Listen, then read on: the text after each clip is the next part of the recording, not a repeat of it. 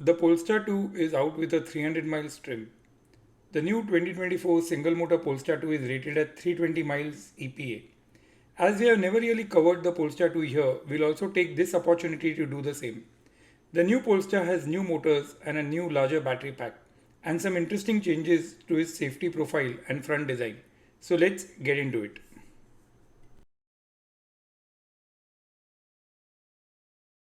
The Polestar 2 is now available in three trims: the long range single motor, the long range dual motor, and the long range dual motor with the performance pack. They start at $49,900, $55,300, and $63,000 MSRP.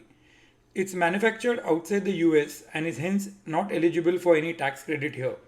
The single motor trim is now a rear wheel drive after some interesting attempts by Polestar, including a front wheel drive variant.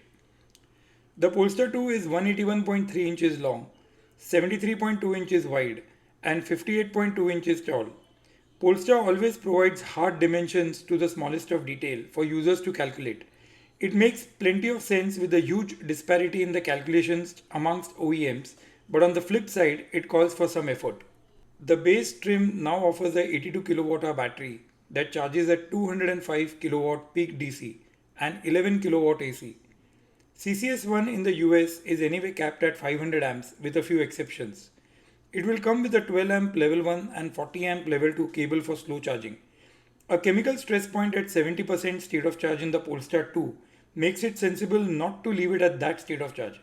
But otherwise, the company recommended 90% daily limit should be good. On the whole, as listed, it has an acceptable charging capability in everyday life.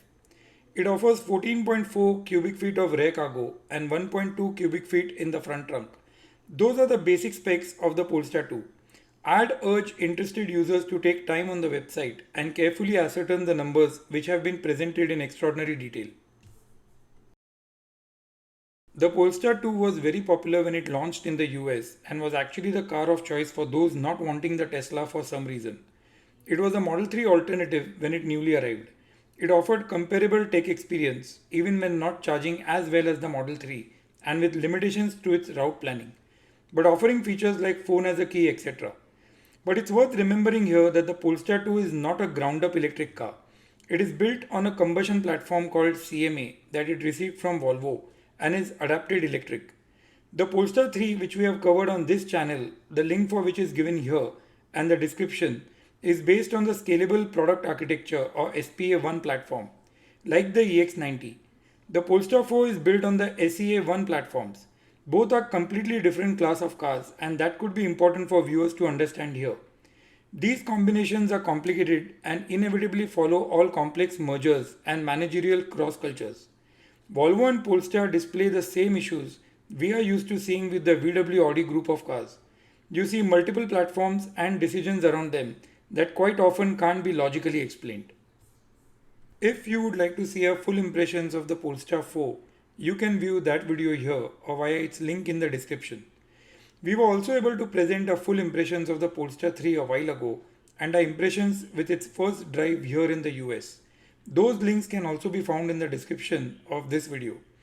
The Polestar 2 started with a battery and motor that it shared with Volvo.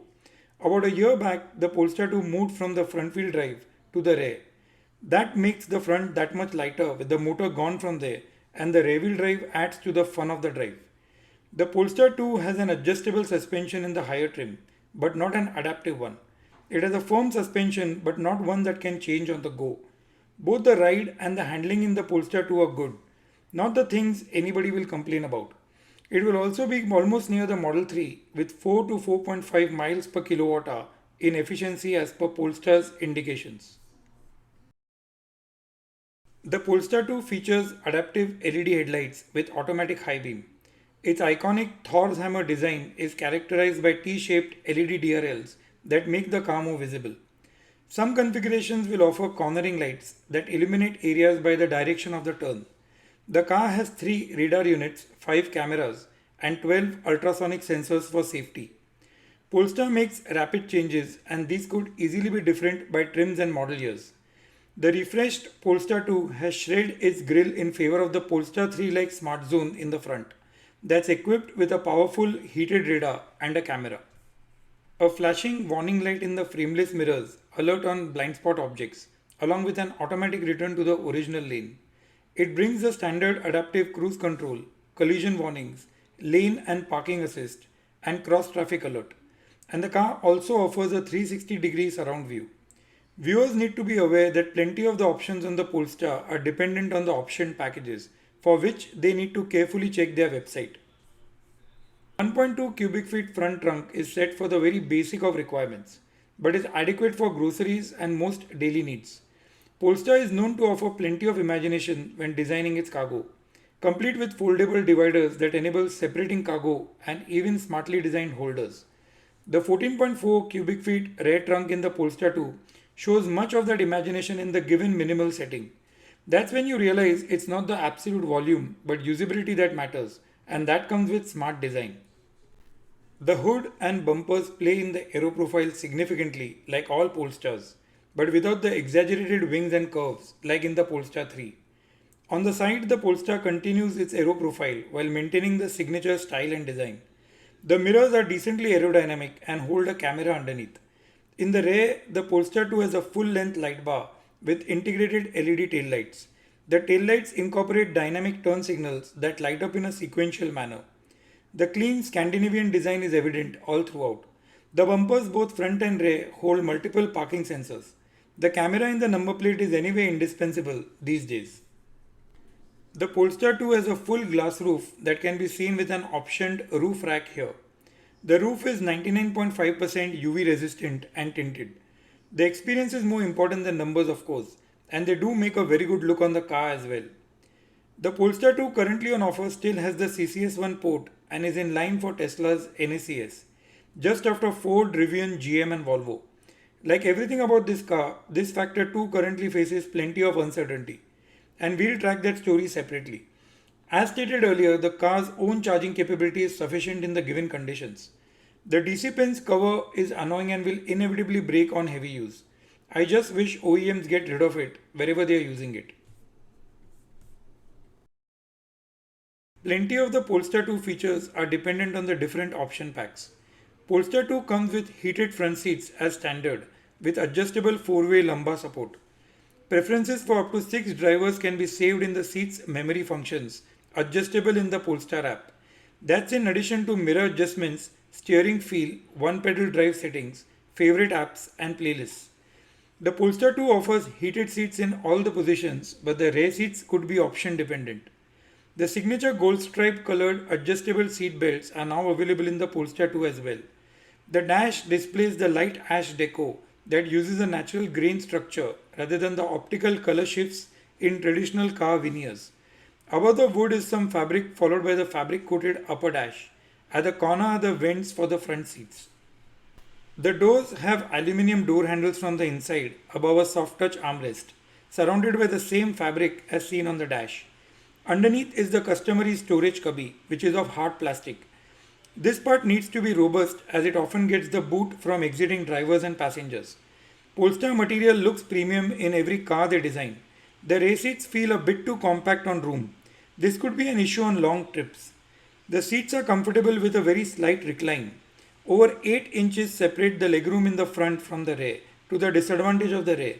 That makes the rear bench seats a bit cramped, keeping the overall dimensions in mind.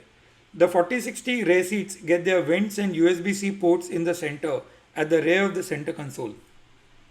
The manually adjustable steering wheel is heated and has a very soft touch even with no leather on it. On the left of the steering wheel are the controls for the driver support systems, and on the right are the voice control, menu options, messages and handling of phone calls. The horn is in the center. At the center of the dash is the 11.2 inches center display, and a larger 12.3 inches instrument cluster sits behind the steering wheel. The center display is in a vertical or portrait setup like the Polestar 3, and Polestar has gone horizontal or landscape with it only with the Polestar 4. Not everything in the Polestars is by the sequence of their model numbers. The center console has 2 wireless charging pads followed by a revolving knob for the infotainment. There are some aluminium accents and hard plastic around it. It also has 2 USB-C ports each in the front and the rear. Extending from that is the main drive shifter, with all of those sitting in a well separated plastic cabinet. This looks compact but also makes the cabin feel cramped for room. Following are two cup holders, one after the other, with the latter one covered by the armrest. That is strange design, as one of the cup holders will require the armrest to be raised every time that it needs to be accessed. I had thought that would change, but it has not. Polestar makes rapid design changes, and if you thought you have experienced the Polestar 2, I'd suggest you do it again, closer to your decision to buy it. You'd be surprised with the new things you would see. The latest iteration even has design level changes in the front from the previous one. This one has an all new motor, inverter system, and in the case of the rear wheel drive, an all new battery pack.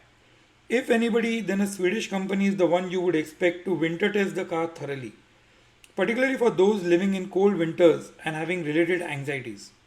The recent 100% tariffs on Chinese built cars could delay the Polestar 2 until the company works its plans. Polestar could be building capacities in the US, and as far as the Polestar 3 goes, it would be worth checking the differences in the US trim and the China built one, as I think there could be some. To my understanding, it's literally month to month in terms of getting any update on Polestar's plans, and I'll be watching it for you. If you would like to see a full impressions of the Lucid Air and its very premium experiences, check that video here. See you in the next one.